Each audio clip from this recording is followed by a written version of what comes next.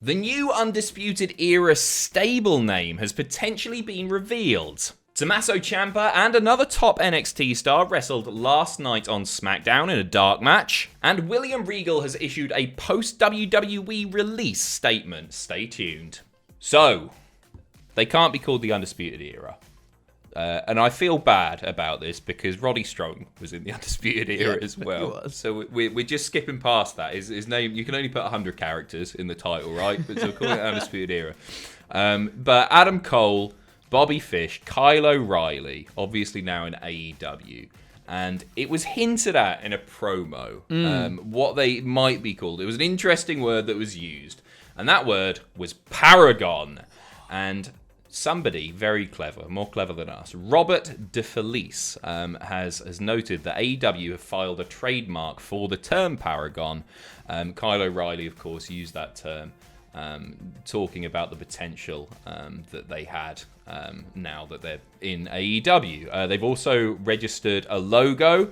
I don't know how much sort of analysis we can do on this. To me, Paragon to me sounds like a marketing agency name. It does, yeah, because I wasn't entirely sure what the word meant until I typed it in, and when I typed Paragon in, it did come up with like Paragon Limited, all these other the business names and everything like that. But apparently, Paragon means a perfect example of particular quality, which I guess, you know, they're all holding themselves a high standard, which they are, rightfully so as well.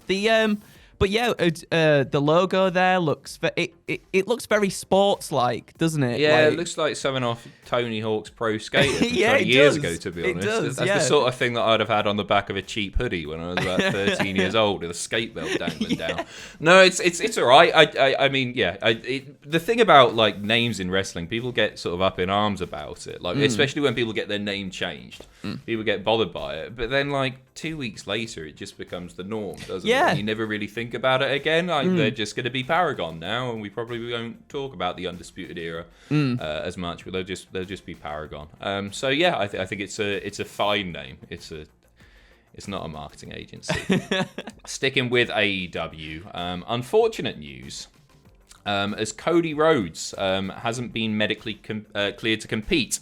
So this is very frustrating and very, very bad timing. Obviously, he was scheduled to defend his belt against Sammy Guevara at Battle of the Belts, but with him not being medically cleared to compete, they have switched things up a bit, and they announced on Rampage that on tonight's show, Dustin Rhodes will instead face Sammy on the show, and the winner is going to be crowned the interim TNT champion. So, I think this is quite clever, right? Because if Cody can't compete, and they can just give us a little bit more Dustin versus Cody, if he can hold that belt, it's a really easy story to tell. It doesn't have to last that long or anything, but it would be, I think, very entertaining. As far as my tastes go, like that's my favorite match that AEW have ever put on, that Dustin versus Cody match.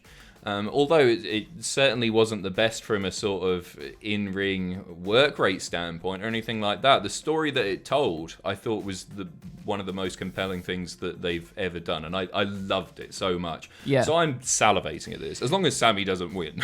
Yeah. That's sort of jumped the gun a bit. No, but you know, I was thinking a similar thing as well. Obviously, with Cody going down this road of being like, he's obviously self-aware that he's doing these things that annoys the fans, but at the same time, his character is also sort of oblivious to it too. It's like it's in some weird in between, and like to see Cody go on and be like, oh, excuse me, brother, you've got my belt that I never actually properly lost. And then they can easily go into some sort of feud there where Cody's, again, being oblivious and being oblivious, but also despicable at the same time.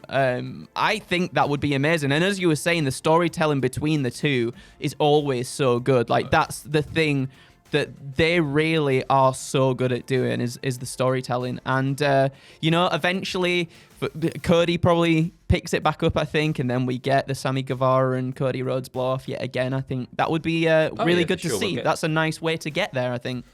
Yeah, I agree. I sort of, while you were talking there, I realised that actually the most sort of heelish thing that Cody could do here while still thinking that he's the bollocks is to just take it off Dustin, right? Oh. He's like, Dustin's the interim champion. So, hey, big bro, give me my belt back. Yeah. You're just the interim champion. That's Hey, good. we're family and all that. So maybe that's where they'll go with it. I think that could be quite entertaining. And you know what? The added bonus to that is going to get people behind Dustin a little bit more as well, which can't hurt at all. So we'll see where they go with that story. Next up, before last night's SmackDown, 2 NXT stars. Until this week, one of the top NXT star competing in a SmackDown dark match, Tommaso Ciampa wrestling Pete Dunne. So obviously everybody is speculating that these two are likely going to be heading to the main roster, and actually in this case I think it's pretty damn likely. Tommaso Ciampa's just dropped the belt. He's done all this stuff on social media, hinting at the fact that he is leaving NXT behind. And it's an interesting one because he said he would never do it. He said he wanted to be in NXT for life. But the thing about NXT now is it's not the NXT that he helped build, is it? None of his buddies are down there. I'm sure he's friendly with them, but they're all about 14 down there. He doesn't want to be hanging around with those. Not one of them. No, so I think I'm excited, but a little bit worried, as always, with any NXT call-up. Sorry about not talking about Pete Dunne. That's cool, too. Good luck, Pete. It's really cool. No, but like Ciampa, I've loved Ciampa's work. And you never know if Vince is going to get him, you know? No, and that's the thing. I mean, I think there's stuff to be had in, like, a Ciampa and Randy Orton storyline, you know, like the draping DDT and the widow's belt and stuff like that. I know it's like a tiny little thing because they both do the same move. It's like saying, oh, Big E does a suplex, oh, Cesaro does a suplex, let's have them go together. But like, I don't know, they both got arms. Yeah, they've got arms, so legs. much in it's common. Insane. But there's something. I think those two would gel really well. I think there's a lot of potential for, like, you know, a Cesaro and Pete Dunne match and stuff like that too. Two really good wrestlers just going at it. And I think especially the main roster on SmackDown at the moment, as me and Tom were talking about on the news yesterday, now with Drew out with a neck injury, potentially missing WrestleMania, having maybe a Pete Dunne or a Tommaso Ciampa come in and sort of try and fill that role a little bit. It was mentioned that Pete Dunne entered to an old version of his theme song as well. I think the one that we all like a little bit more. So when his music changed, that's when he became a heel. So maybe that's a sign that, maybe it's changing back to being a bit more of a babyface, a bit more of a tweener. I'm not entirely sure, but I would yeah, as you were saying, it's exciting. It's also, there's also a bit of trepidation about it at the same time. That's it. I've stopped getting excited about these things now, unfortunately. I think we've been burned one too many times, you know what I mean? But hopefully Vince sees something in them both. I mean, Ciampa is obviously incredible. He really does have the potential. Like, if they don't put him on SmackDown, he could be the top heel on Raw. I know it's difficult to sort of overtake Roman on SmackDown or whatever, but he could be a top heel on either brand, or a top babyface, to be honest. But I think his heel work is exemplary, and he looks evil, doesn't he? He looks evil. Just a bald man with a beard. What are you trying to say? He just looks evil. Come on. I'm just saying. So it'll be interesting to see if anything happens ahead of WrestleMania, maybe even in the next few weeks. Yeah. Rumble appearance for either of them? I reckon so. Could happen, couldn't it? The timing's about right. And we are finishing off with a statement from William Regal, who, of course, was released by WWE after over 20 years of service this week. And he's released, I guess it's exactly what you would expect from the real man's man, from one of the most charming men on the planet. He's just released this very, very classy statement. Take it away, Andrew, in your best William Regal voice. I'm not doing a William Regal voice, not at all. But yeah, so William Regal on Twitter, he put, "Thank you to WWE for a wonderful 21-year run. You gave a lad who was happy and in Wonderland wrestling on a carnival have a charmed life for 21 years. No complaints, and please no one waste time replying, as I won't have a bad word said against the company."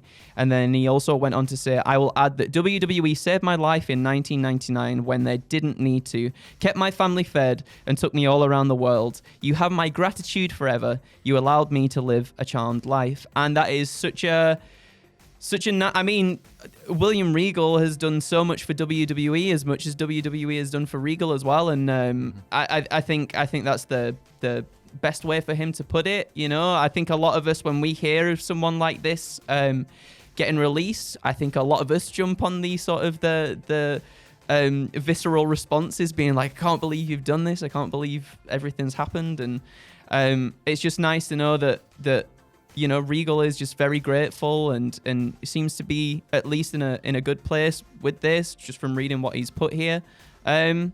And yeah, you know, you can never rule out anything in the future either. You can never rule out him being brought back in at some point, or you know, wherever Regal goes next he's going to be such an asset to whatever company picks him up. But all the more power to him for being really professional and just speaking his mind, speaking the truth right there. I agree. No, it's really awesome, and it's quite often the case, like especially with Regal, that you sort of jump on WWE or Vince, people who make the decisions.